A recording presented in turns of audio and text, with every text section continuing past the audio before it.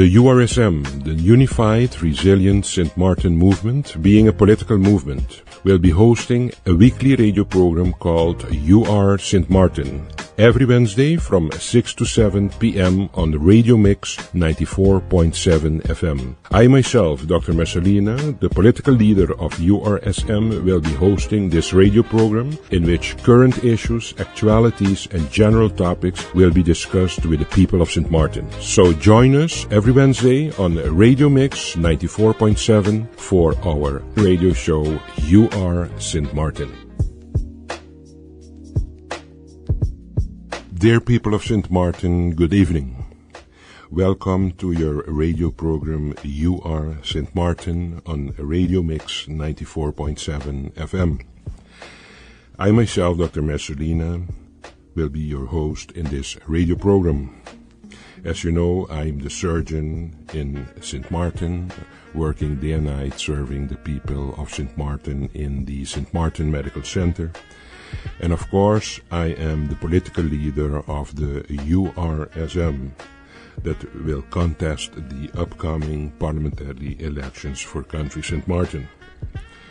A lot of people ask me, Dr. Messalina, why do you mix yourself in this political arena? You are a very respected man.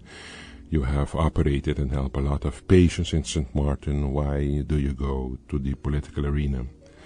I do believe that I have to do that. The community of Sint Maarten, the people of Sint Maarten are in cry at this particular moment.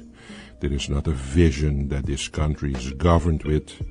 And I do believe that if persons like me, being part of this community, do not start to intervene in the political direction that we are going with this country, I think there is a huge chance, the way we are sliding off the hill, that there will be a big chance that we will lose our country.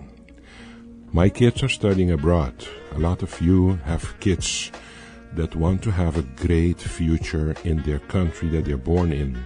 And I believe it's our responsibility to do what we have to do to make it a better future for our kids. And a better future means that we have to make sure that the infrastructure and the logistics are there in the country that it chose for to work in and live in with their family, that things are up to par, that things are well organized for them to have a brilliant future. As you know, the URSM, that is our political party, which I am the political leader, the Unified Resilient Sint Maarten Movement. It stands for putting the people and the country above self. And we believe from the URSM in educating and informing the people of this country. We are presenting a weekly program in which current topics, community developments and community issues, and also general matters concerning the people of Sint Maarten will be discussed and are discussed in our program. As I said in the beginning when we started with this radio program, I said in the introduction that we will have once in a blue moon also a invitee with us to discuss certain matters and topics that is ongoing in our community, because, as I said, we believe that we have to continuously inform the people of Sint Maarten. The reason that we are doing this program, UR Sint Maarten, that is actually the abbreviation URSM, also significant in being Unified Resilient Sint Maarten Movement, is that we believe that constantly we have to be in touch with the people of this country. Traditionally wise, if you look back, you see that a lot of political parties that have been there have only presented themselves just in the period before elections until the day of election, and after that you will lose contact with those political parties and the politicians that needed the people so badly for them to vote for them. All of a sudden they forget them, and then they look for them again when there is again an election for country Sint Maarten. We of the URSM believe that we have a political movement that is not a party, I think, but a movement. Specifically, we chose for movement in the abbreviation URSM because we believe it has to be a group of people constantly sensitive for movements in a direction that will be favorable for country Sint Maarten. And in this way, we try to keep in touch with the people, not only in the time just before elections, but also we want to be an active movement in the period in between the elections of Sint Maarten. I think that is unique for the political movement URSM, Unified Resilient Sint Maarten Movement, that we not only want to be in contact with the people once there is an election. No, we find from the USM also that we have an obligation to be with the people during the elections and try to inform and constantly educate the people of this country. That is also the reason that today I invited a great person to be my invitee, to be our guest in our program. And it is Mr. Michael Somersall. And this Mr. Michael Somersall is, of course, a gentleman from Sint Maarten, and he is a very known citizen in our community. If we speak about Mr. Michael Somersall, the first thing I think, this is the gentleman that has been the Chief Food Safety Inspectorate by the Ministry of VSA. That is the first thing that pops up in my mind when I hear the name Michael Somersall. And of course, what impresses me more, that this Mr. Michael Somersall has been the Deputy Minister Plenipotentiary in Den Haag, in the Netherlands, representing country Sint Maarten. And this he did in the period of 2018 till 2019. I think it's very honorable if you have a guest like Mr. Michael Somersall with us here in our program, that has on his record, in his history, that he has represented our country in Den Haag as being the Deputy Minister Plenipotentiary for country Sint Maarten. Mr. Somersall is a member of the URSM, the Unified Resilient Sint Maarten Movement. I think a person like Mr. Somersall is a great add for the political movement, the URSM. Not only that, Mr. Somersall has his history already of having experience in the political arena, being the Minister Plenipotentiary of country Sint Maarten. And next to that, not only that he is a member of the URSM, but he will be a potential candidate also on the candidate list of the Unified Resilient Sint Maarten Movement. So it's up to the people of Sint Maarten to have a great arsenal of great candidates on the URSM to make their choice and deposit their confidence in, to mandate our candidates to represent them on all levels in government or in parliament of country Sint Maarten. Mr. Somersall, it was a great introduction I think I did for you. Yes. I want to welcome you, Mr. Somersall. Welcome to our program. Thank you, Dr. Marcelina. It's good to be here. Listeners, like you said, it's wonderful to be part of this movement, and thank you for the invite. You're welcome, Mr. Somersall. Mr. Somersall, the first thing, as I said in my introduction, is that you have been around in the political arena as the Deputy Minister Plenipotentiary in Den Haag, that's one. You have been the Chief Food Safety Inspector for the Ministry of VSA.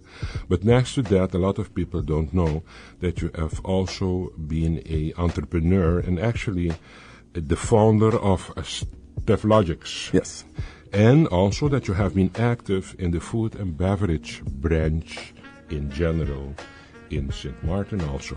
Yes. But first, tell me something about this Steflogics, please. Steflogics is a public health and environmental solutions company. We founded it in 2012, my wife and I, after seeing the need for the services.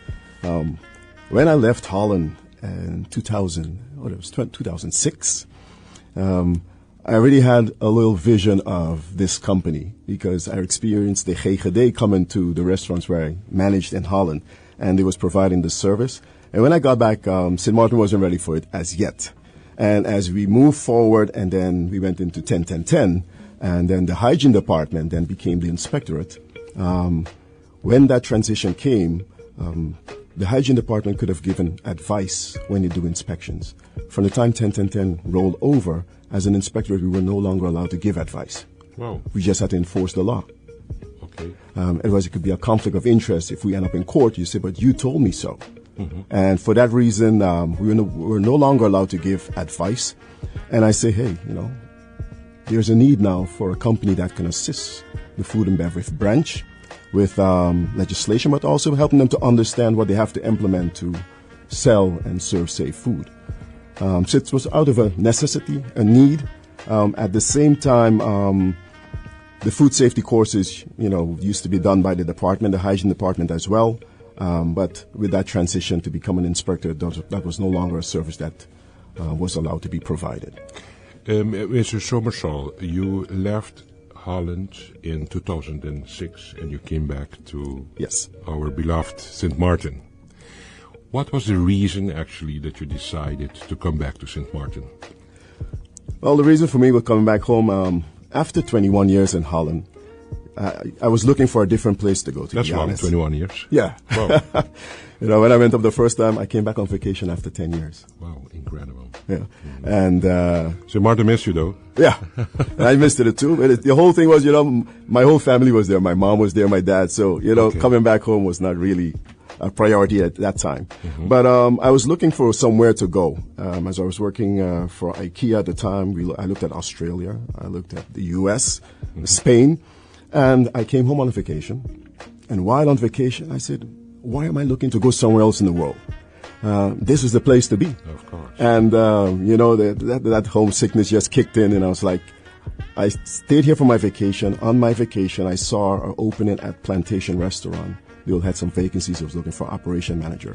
And I said, you know what? I'm going to apply for the job while I was on vacation. Did the interview, got the job, went back up, resigned. I was back home in 3 weeks. Incredible. And since then, since 2006, you're back? I'm back home and with doing my a thing. small period in between that you have been in Den Haag as the Minister Plenipotentiary, the Deputy actually. Yes. Minister Plenipotentiary for country Sint Maarten, and it was in 2018 and till 2019, yes. What are you doing at this particular moment? Well, at this time, I manage Steph Logics. Okay. We provide food safety classes and anything that is public health related, now that we have COVID with sanitation, disinfection of businesses, homes, we do that. We do pest control. So once there's a public health need, we look for a solution. Okay. And do you have a working cooperation with the government of Sint Maarten too? Yes, they recognize our company to provide the food safety classes on behalf of country Sint Maarten. Okay. Yeah. Mr. Somersall, at this particular moment, Sint Maarten is going through a difficult phase. We are, since 10-10-10, we are a country with our own constitution, trying to become mature as a country, and that has its challenges with it. You have a lot of experience, of course, in the food safety sector of a community. Yeah. What do you think at this particular moment needs more attention in this sector? Well, working at the department and my experience there, one of the things that it's been a challenge, I think, in all government departments is funding to put certain things in place. However, if I had to look at the whole food safety aspect holistically, I'll say controls at the entry points. And I'm looking at the port. When containers and stuff are coming in, you want to be able to check the wholesomeness if the food is good that is coming to the island in the first place, because you start at the entry. Mm-hmm. Right now, a lot of inspections has been done on locations, at the business itself, the restaurant or the supermarket. But checking the entry point that's the most critical thing, because we got to make sure that the food that is coming in here is coming from a reputable source. And with that, of course, then you have the whole traceability factor covered, because you know where it's coming from. The thing is, right now, we cannot do no inspections at the port because we don't have the proper facilities to open up any containers at the port. So the inspector will either have to go to the business location, the wholesaler, and say, you know what, I want to check a container. If they know in advance it's coming in, you can ask them to hold that container and then do a check. However, everything moves so fast on the island. Containers are being opened every day, so we can't check them all. That's why having a facility there, I think that's the main thing, that we know what is coming in, and we know then what we're going to sell in the country, if it's safe or not. So you think we should sharpen a little the procedure at the entry port being, for example, the harbor where the containers come in. You think that there is space for improvement? Definitely. To get a better hold on the quality of the products that are being imported from Exactly. Sint Maarten. In the past, you hear stories from some business owners, and they say, sometimes we get a call from a supplier overseas and say, well, I have a product that is only good for 1 more month. Mm-hmm. Do you think you can push it? Mm-hmm. That's risky. We are a small community. What happens if you can't push the product within a month? Mm-hmm. We're going to have expired goods, and what are we going to do? Throw it away, or are we still going to try and sell it? If you have that cutoff point at the entry point, then you can say, hey, guys, this is a little too close for comfort. Your shelf life should be a minimum of three months, because then I know you can get rid of it. Then we tackle the problem. We are proactive, before the problem arrives. Just another challenge we have is that stuff comes in on both sides of the island. Yes. So as a business, I can bring in my stuff on the French side and I just drive it over to the Dutch side.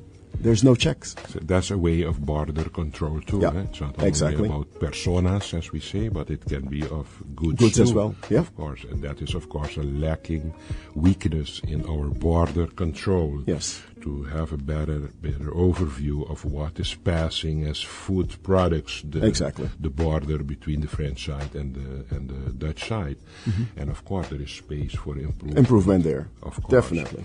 You said the inspectorate is inspecting and controlling, and you said in the beginning, if I can recall, there is not much space for the advisory function of the inspectorate in the way the law is now for country Sint Maarten. Yes. What do you think should have to be changed for us to get from the inspectorate of VSA also a input in advising the consumers about the food products that we import? To put something good in place, I will say that that division should then fall under CPS. Because they do the advisory role while the inspectors enforce the law, because you got to separate those two things. So I think that division can fall on the CPS, that they have a more advisory role, something like the GGD in Holland. They can go out and they give advice, in that field. So that will be something I'll say we can look at to put in place, or we should look at. So you promote more a better, improved working relationship between the CPS and the inspectorate of the VSA to get a better grip on not only what is being imported on quality, but to have a advisory function in it too. Okay, Mr. Somersall, you have also been a minister plenipotentiary, the deputy minister plenipotentiary for country Sint Maarten. Yes. Tell me about your experience with this honorable position. Well, I must say I had a great experience in Den Haag as deputy minister plenipotentiary. You get to meet a lot of people. You get to meet the Kingdom Council of Ministers, members of the Second Chamber, ambassador, other dignitaries. So doors open, and it really broadens the scope of view.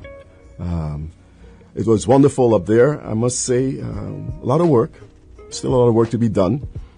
However, it was a real learning process to see how things function there. I think for me that was one of the eye-openers, to see how the Second Chamber really functions, how effective it can be, and at the same time, how difficult it can get when there's no dialogue between country Sint Maarten and the Netherlands. That was one of the things that I really noticed there, that if the dialogue is not open, if we're not clear in our communications, that was one of the bottlenecks that can stagnate things from happening. I mean, we cannot be part of the kingdom and don't want to have a relationship. I mean, that's going to be a little tough. Yes, of course. So the relationship, and like I said, the dialogue is there, and I think it's all about mutual respect. Yep. And at a time, it's who's sitting on the other side of the table. I've noticed that as well. It all depends on the individual sitting on the other side of the table and how that dialogue and the communication flows. Mr. Somersall, there is a lot to be improved in the relationship in the kingdom.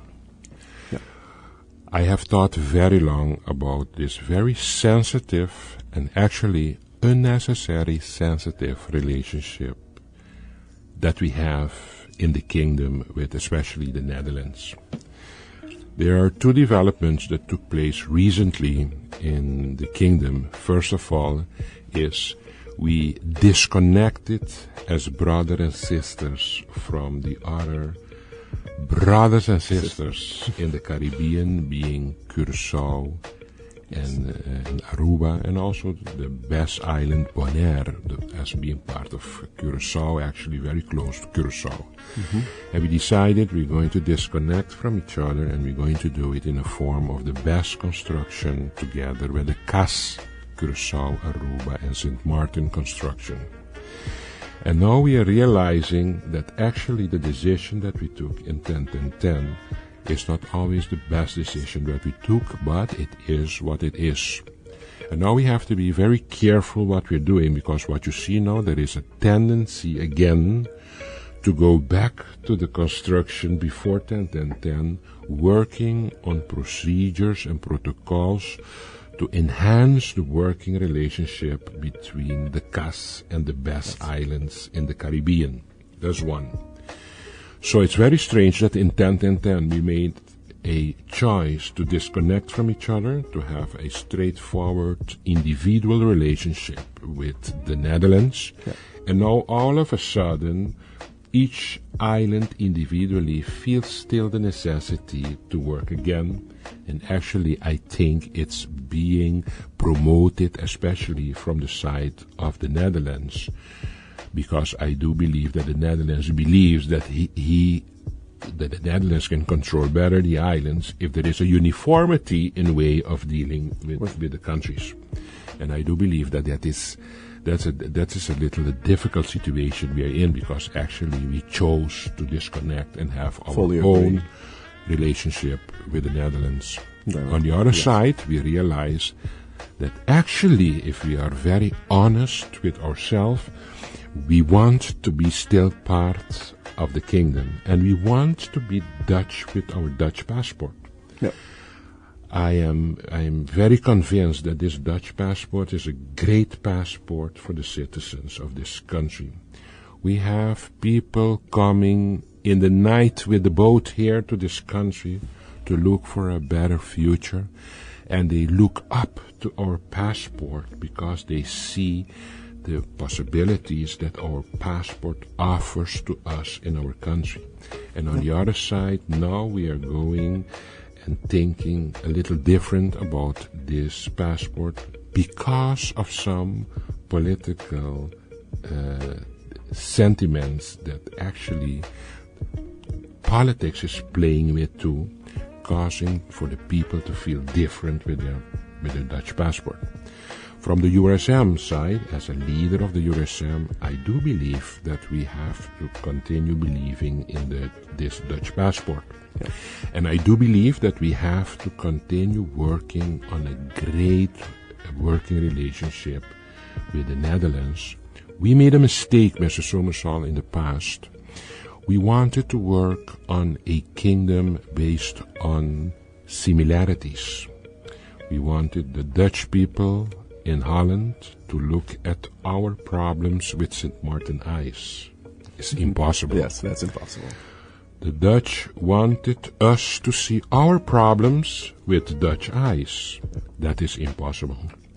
And we have tried this many times in history, and we put a lot of energy in trying to convince each other that one of the other way we should look at our problems with the same eyes, and realizing that we're coming from different backgrounds. Yeah. I do believe that is a big mistake.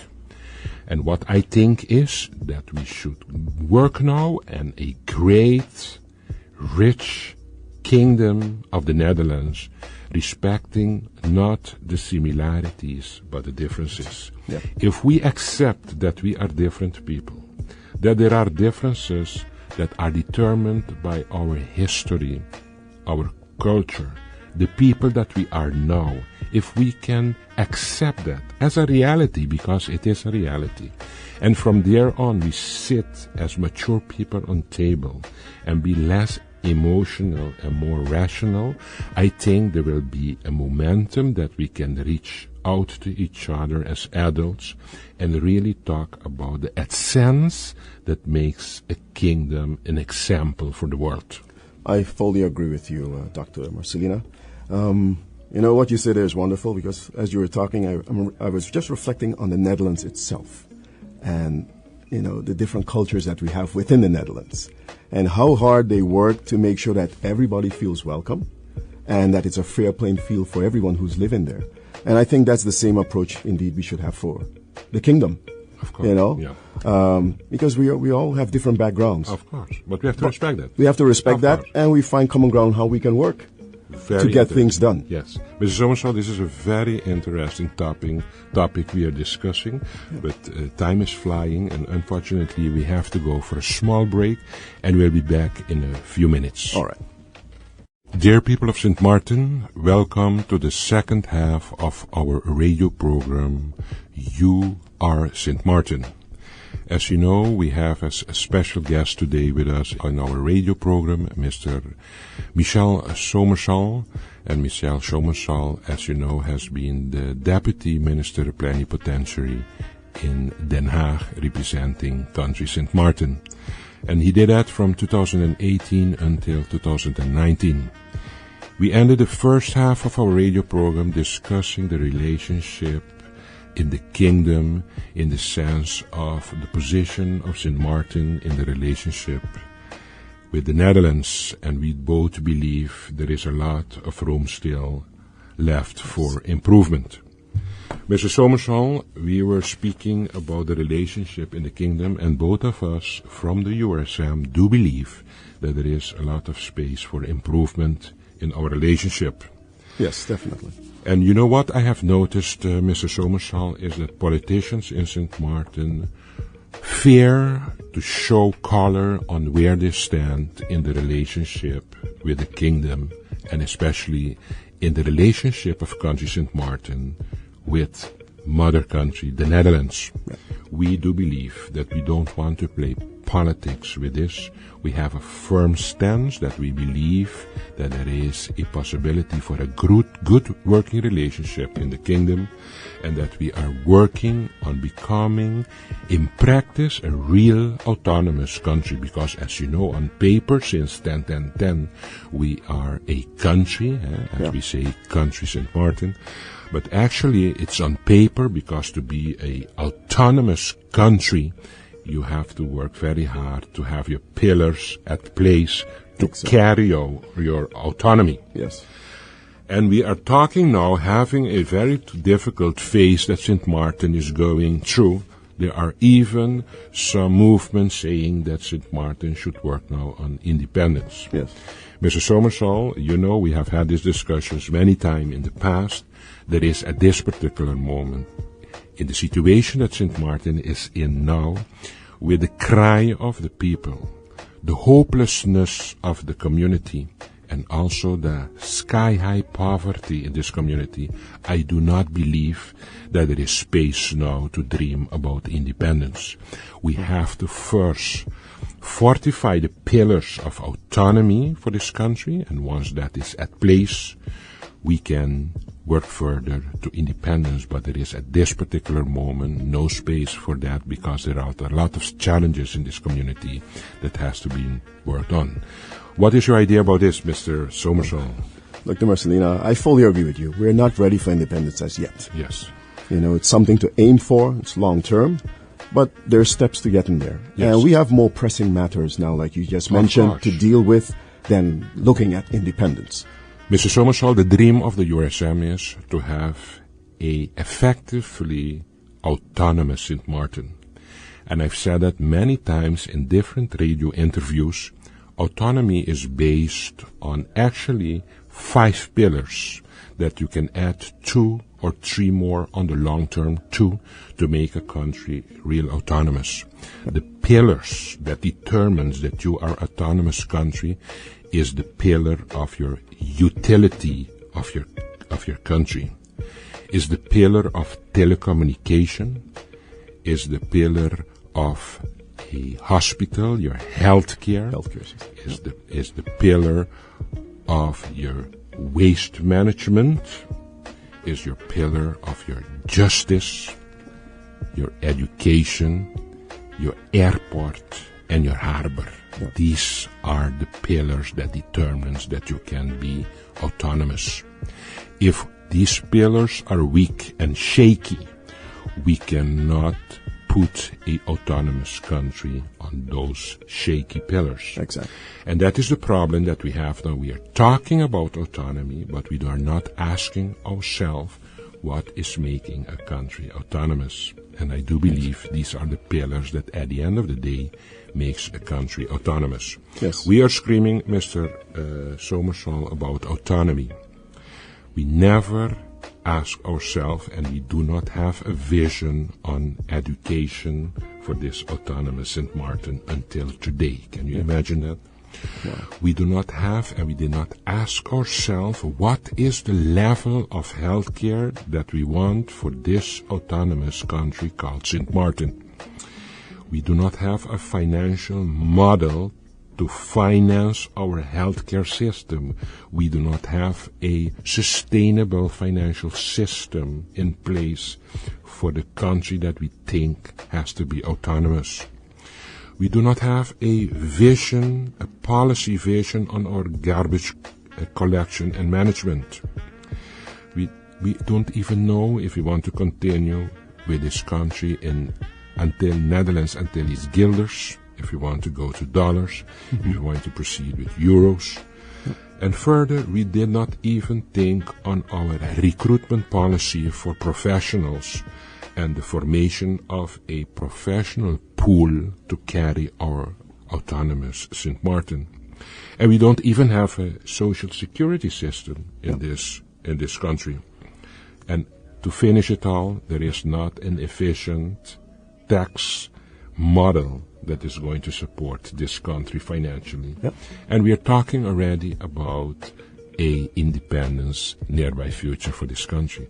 Let's be serious with this country, and let's start fortifying the pillars that first makes a country strong, autonomous. And once that is in place, we can continue with the next phase being looking forward to independence. Yeah. I mean, you say vergelijk, you could compare it. You have kids at home, and eventually everybody want to live on their own. They want their own independence too. They want to move out, but when you sit down and talk to some of them, they're not ready yet. And all of the points that you just mentioned, you could bring it down on a simple scale. Do they have the proper education? Do you have a job? Your finance in place? The security is there? Your healthcare system, like you mentioned, and those are just little things that, if you just sit back and think about it properly, anyone, I don't think, can doubt or question the fact that we are not ready. I do believe that we are not. No one will question, say, Dr. Marcelina, we are ready. If you ask them, are we ready for independence? The majority will tell you, no, we're not ready, because we're not. And we just have to face the reality that we're not ready and get to work and do what we have to do to get us ready when that time comes. Of course. And Mr. Somersall, once more, we from the URSM are working very hard in a vision, as I said, to make sure that we have a stable utility company for country Sint Maarten. That is at this particular moment not the case. We have to work on our telecommunication. We have to work on our healthcare and especially our hospital. Yeah. We have to work on our airport that since Irma until now is still a big challenge for country Sint Maarten. Yeah. And we have to work on our harbor. And next to that, we have to think on our waste management, and we have to think on fortifying our justice system and our educational system. Yep. If you have those at place, organized, and serving the country in a efficient way, then we can start talking about a future vision on independence. I fully agree. And as long that is not the case, we have to first take care of the kids, the children diseases of a country, and that is what we are lacking at this particular moment. Yeah, I agree. On the other side, Mr. Somersall, people are talking about independence because you have been there as a minister plenipotentiary for country Sint Maarten. What people forget when they use words as independence, they have to think about the passport issue. They have to think about foreign affairs. We don't even have a budget to buy enough tools for the police force to work with. And now we're going to talk about embassies, to maintain embassies and have a budget to keep an embassy in different parts of the world going. Yes. We have to have the whole apparatus at place to have a check and balance on our passport system. We don't even talk about our natural disasters, that we don't have the buffer to deal with the effects, after effects of a hurricane or a pandemic. You know, for example, I spoke yesterday with a few insiders that Sint Maarten now is spending $900,000 to keep the AMI going for the COVID care. But I have to tell you, it's not coming from the budget of Sint Maarten, it's coming from the budget of the Netherlands. Can you imagine that we have this whole pandemic going in Sint Maarten, and we had a perfect care to take care of the people that were severely sick with our pandemic, the COVID disease, and that now we have a budget of $900,000 per month to keep this care going. Can you imagine if we were an independent country? How do you think we could have managed with this COVID? Well, we're going to have some serious problems. Of course. For sure. For sure, right? For sure. Of course. We'll be in critical situation right now. We have also a billion debt.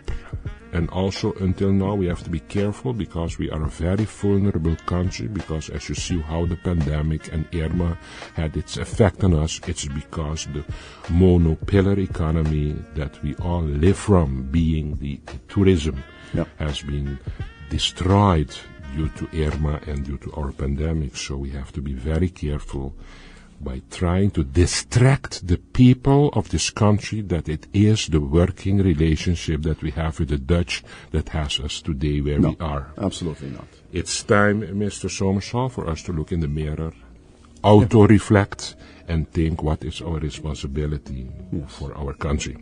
Mr. Somersall, the following. You have decided that you are going to go back in the political arena. Yes. What are your reasonings for this? It's for that same reason that you just say, Dr. Marcelina, looking in the mirror and reflecting. After last elections, I decided, I'm stepping away from the political arena. I'm going to focus on my business because you've been away for 2 years. So I have to strengthen that, and we decided to come back home. While being here, you're faced with the facts. Like we are just discussing. The facts, what is going on in the country. And of course I can say, hey, for me and my own, we are good. I can, we could suffice for ourselves. That's not what I have in my heart for the country. I'm getting back and joining the political arena because I care. Simply because I care. I care about Sint Maarten. I care about my home. And I was driving one day in November, just pretty close to my birthday, and just reflecting on things, contemplating. And I'm like, but I'm not a quitter. That's not my character. And I really felt like stepping away was like quitting. And after seeing what all is still needed to be done, and I said, no, as long as I'm here and I care about my country, I'm going to be available to serve in any capacity where I can. And that was the decision. I made a decision that day that I'm going to get back in the race, as we would say.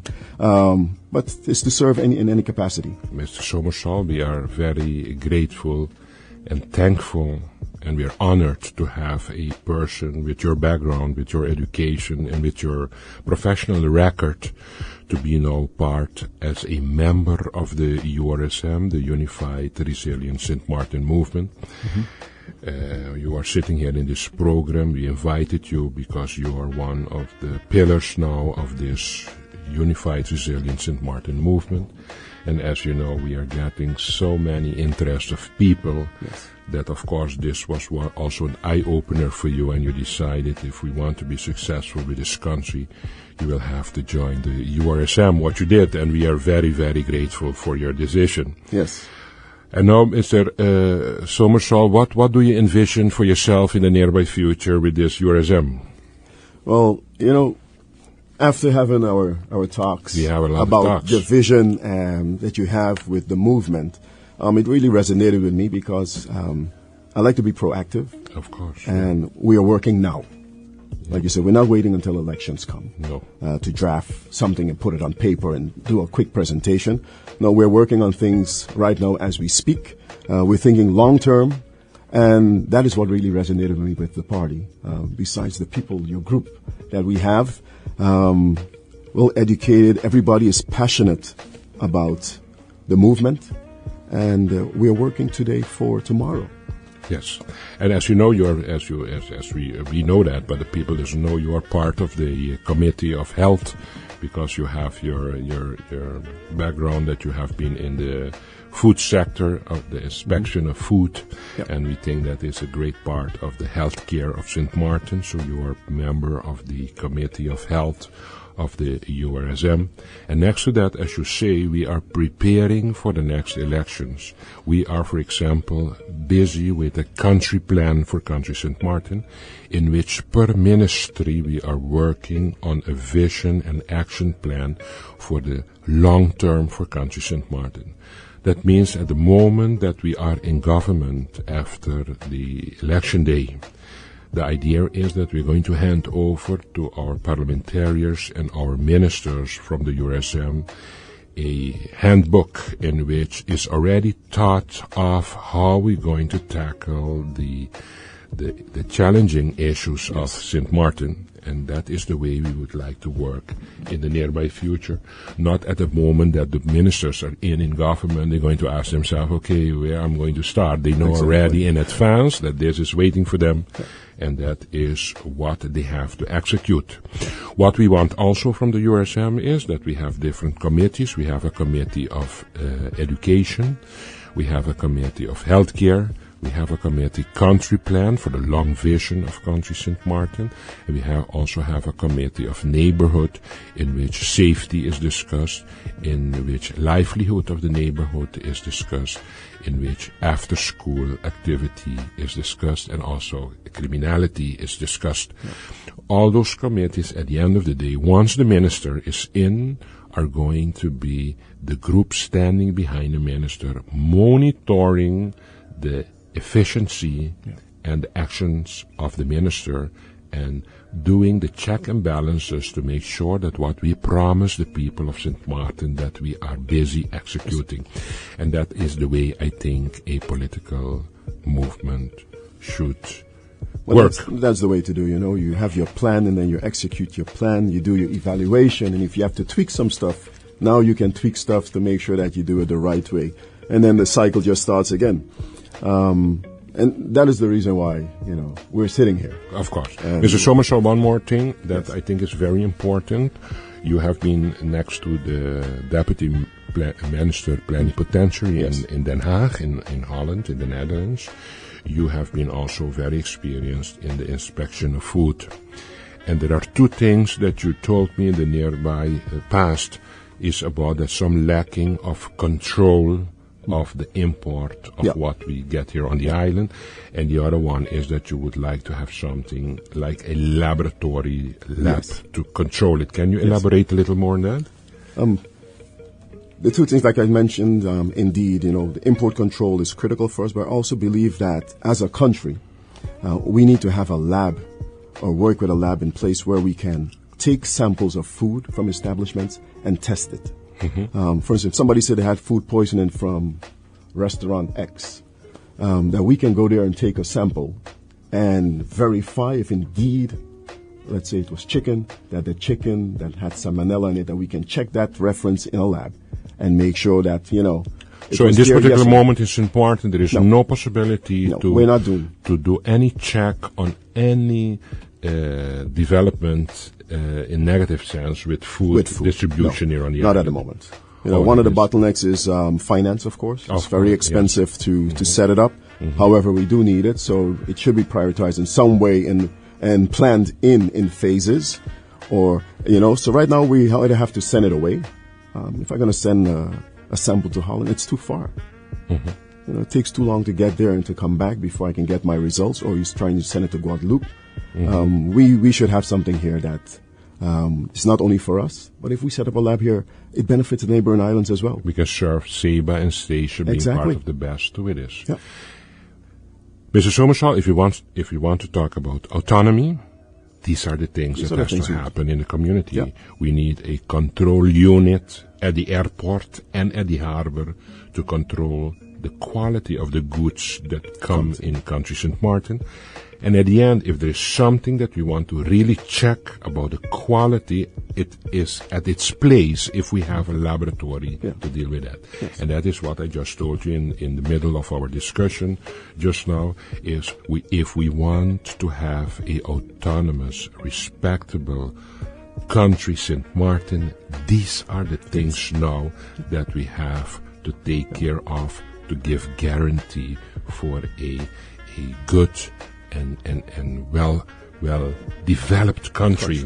And I think Sint Maarten has that potential, but it's in our hands to do that. Exactly. Unfortunately, I realize that the political parties that we have now are just moving like business as usual with this country, and I do not believe that in this phase of country Sint Maarten, with the world pandemic, with its effect on the economy of the world, that we should govern this country as business as usual. No. We have to really start putting the basics at place to form a well foundation for us to develop a great country. Yes. For tomorrow our kids can benefit from a great country called Sint Maarten. I agree. People deserve the right to know that the food that is coming in, that is safe. That's their right. We as a government have to that's a guarantee that we have to give them, that we are doing everything in our control to make sure that the food is wholesome and safe. Mr. Somersall, it's our obligation as a government to guarantee quality of the food that is being distributed in our country for our people. If we talk about an autonomous country, we cannot even guarantee the quality of the food that our people consume. Yeah. What are we talking about in this country? So the basics has to be there. Yes. The basic is always, as I said, what we spoke of in the past, the pillars that I spoke of. Yes. And this part of the Inspectorate of Food is a sector of healthcare. Exactly. So we have to make sure that our healthcare is at place at a acceptable, good standard, that we can guarantee the people of this country good conditions for their health. And that is how we have to work. And seeing the fact that there is a lack of enthusiasm and motivation to tackle these problems, the USM thought about it, that they have to be there to make sure that this happens in the nearby future for country Sint Maarten. Definitely. Mr. Somersall, time is there. It's going very fast. We had a great conversation with each other. At the end, I will give you the floor before we close off. Would you like to state something to the people of Sint Maarten? Well, one thing I would like to state is that we are working as we speak on developing a plan for country Sint Maarten, as you mentioned, that we really have the people's interests at heart in this process. We're open book, that people can ask questions, but also give input, so that we can implement what is actually needed. And that is why I'm a part of this. That is why I step back in the race. And we're doing this because we care. Fantastic. And that's why we do this together. Yes. And hopefully more people will do it together with us. Exactly. Dear people of Sint Maarten, we are at the end of our radio program, You Are Sint Maarten. I invite you for our weekly program next week, Wednesday, from 6 to 7. And next week, we will have our following radio program, You Are Sint Maarten. We see you back next week. Thank you for your attention for today. Have a nice day.